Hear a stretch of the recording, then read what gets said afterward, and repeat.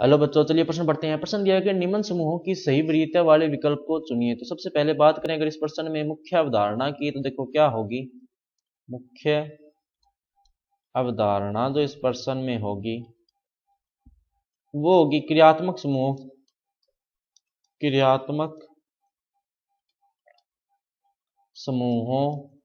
की वरीयता।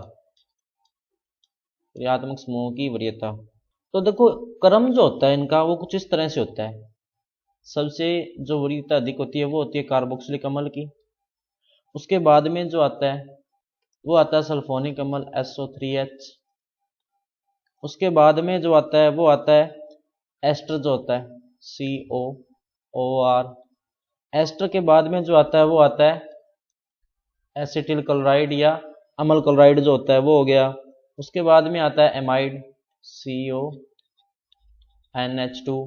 एमाइड के बाद में जो आता है वो आता है साइनाइड। साइनाइड के बाद में आता है एल्डिहाइड जो होता है CHO के बाद में जो आता है वो आता है कीटोन। और कीटोन जो होता है, कीटोन के बाद में आता है alcohol group OH। Alcohol group के बाद में आता है एमीन। और एमीन के बाद में आते हैं द्विबंध। और द्विबंध के बाद में जो आता है वो आता है त्रिबंध।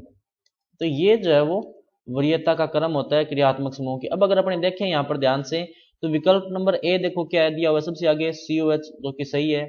उसके बाद में क्या दिया हुआ है देखो CHO, तो ये देखो ये रहा CHO सही है। उसके बाद में OH और NH2 यानी कि ये विकल्प क्या है सही है। उसके बाद में देखो अगला विकल्प क्या दिया NH2 को पहले दे दिया OH को बाद में, यानी ये विकल्प क्या है गलत है। इसी तरह यहाँ भी OH को पहले दे दिया NH2 को बाद में दे दिया, ये क्या है गलत है।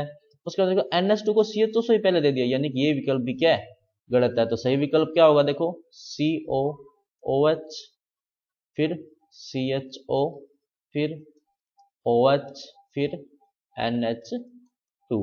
तो बच्चों ये था आपका उत्तर। मैं आशा करता हूँ आपको समझ में आया होगा। धन्यवाद।